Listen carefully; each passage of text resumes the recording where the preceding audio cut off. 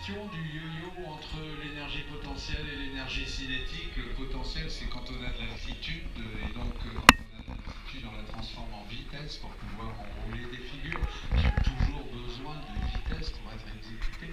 Et puis, une fois qu'on a de la vitesse, c'est de l'énergie cinétique, et puis on peut reprendre de l'altitude en mangeant un peu de vitesse et donc réacquérir de l'énergie potentielle. Tout l'art du pilote de planeur qui pratique la voltige est donc dans cette espèce d'échange permanent. C'est un pilotage extrêmement fin, c'est un pilotage extrêmement élégant, et c'est la voltige en planeur. C'est un peu ce qui peut différencier, on va dire, les grands garçons des jeunes gens qui ont de l'ambition, mais qui n'ont peut-être pas encore la main ultra fine. Pour être un voltigeur de vélivol, il faut vraiment avoir une main de fée, avec de temps en temps quand même un petit peu de puissance dans les doigts, mais jamais, jamais, jamais de brutalité, surtout pas, mais c'est vrai de toute l'aviation. Voilà, Benoît Mériot est posé en piste 03. La 03, pour ceux qui ne sont pas habitués, c'est la piste qui va de la gauche vers la droite devant nous. Et en sens inverse, c'est plus la 03, c'est la 21, parce qu'en aviation, on donne comme... c'est pas parce qu'il y a un particulier. Et celui-là, le 787, vient d'un autre établissement de la maison Boeing de Seattle. Le 787, le Dreamliner, qui va s'aligner en 03, décoller et rentrer à la maison. Now, ladies and gentlemen, what you can see is a Vietnam Airlines Boeing 787. This aircraft is going to be delivered in a couple of days, and it's been here all week for the professionals. It's now going to take off, fly back to the US, fly back to Seattle, and as said Bernard, Seattle is on the west coast of the US, on the northern part of the United States, just under Canada, and in the city of Seattle you have, well, Boeing Company, where they build the aircraft, and you also have, well, Jimi Hendrix, who's buried over there, and the 787 is now taxiing out just before the presentation of the next aircraft. I don't quite know what kind of takeoff the 787 is going to do. You might just have a steep takeoff as during the demos. Let's hope for that.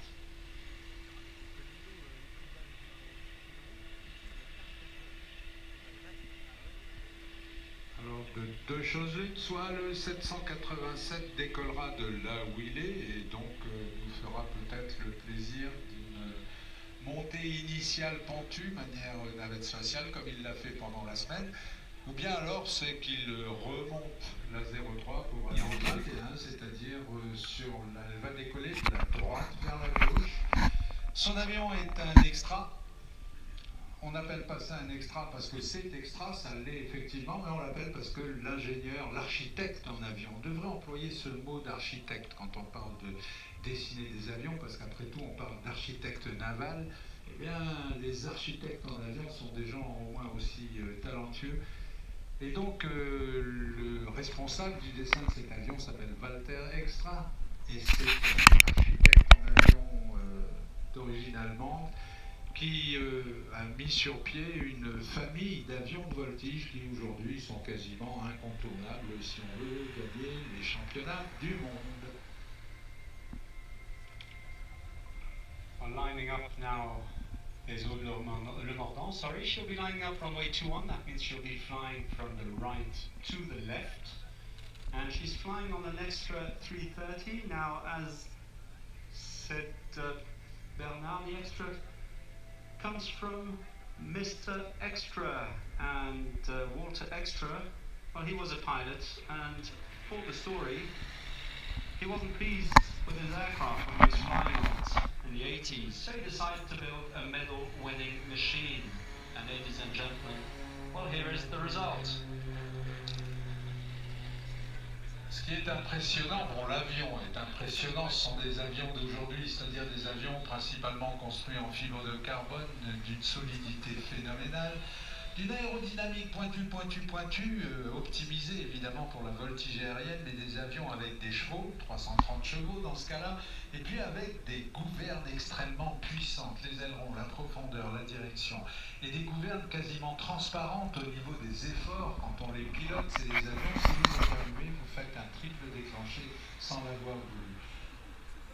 Le plus impressionnant, c'est quand on voit Aude, et comme je disais tout à l'heure, on a l'impression qu'elle descend du runway, comme on dit, dans un film genre Le diable s'habille en Prada. Et donc, on se dit, elle n'a pas vraiment le physique qu'on s'attend à voir chez un pilote de voltige. Pourtant, son pilotage est absolument somptueux. Vous me direz, elle est championne du monde et c'est pas pour rien. Un bon schéma vaut mieux qu'un long discours dans le ciel. Sa Majesté, la princesse Aude.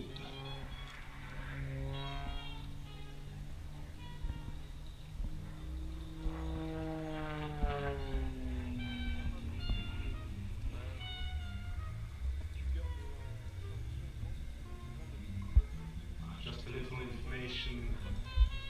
As you can see, Aude is flying this aircraft. It's absolutely magical. Look at the way she's flying it. Everything is perfect. We can of course say that it seems to be so easy from here on the ground, but you can imagine the G-forces she's going through. +9, -9. It's extremely violent. Vu d'en bas, c'est beau, c'est gracieux, c'est enroulé, c'est encore féminin, on va dire, comparé aux garçons. Tout à l'heure, on verra des garçons voler en voltige illimitée. Il y a dans la patte d'Aude, il y a quand même une touche véritablement féminine. Mais il n'y a pas que ça, il y a quand même aussi le physique. Une présentation comme celle-ci a des facteurs de charge, c'est les accélérations ressenties dans l'avion qui oscillent entre +9 et -9 G. Alors elle a beau soigner sa silhouette et être relativement mince, 9 fois son poids dans un sens ou dans l'autre, sacré bonhomme.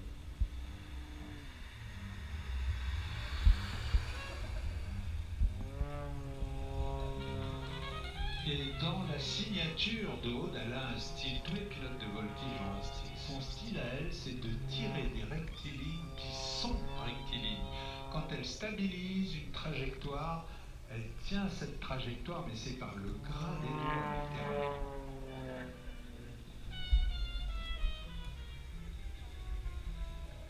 Elle donne toujours l'impression de prendre son temps, alors qu'en réalité, ça va vite. C'est une magicienne.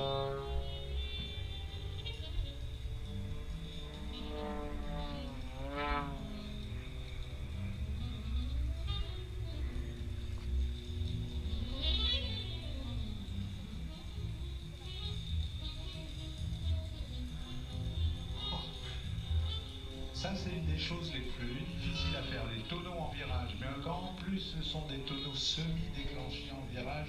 Là, on est aux limites entre le tonneau piloté et le tonneau. En tout cas, l'IFAN vole. Voici au décollage pour son 100e vol. À bord de l'IFAN, c'est le 100e vol de la machine et de son pilote. Voici Didier Estelle. Ladies and gentlemen, well on the right you can see the Boeing 787 taking off. Bye-bye Boeing. Thank you very much having been with us this week. Excellent job. Now, from left to right on takeoff, runway 03, the EFAN. Now what is the EFAN? It's a technology demonstrator. It's flown today by somebody extremely interesting, Mr. Didier Estelle. Well, he's an aeronautical engineer, he's also a test pilot, and he's been working so hard on this aircraft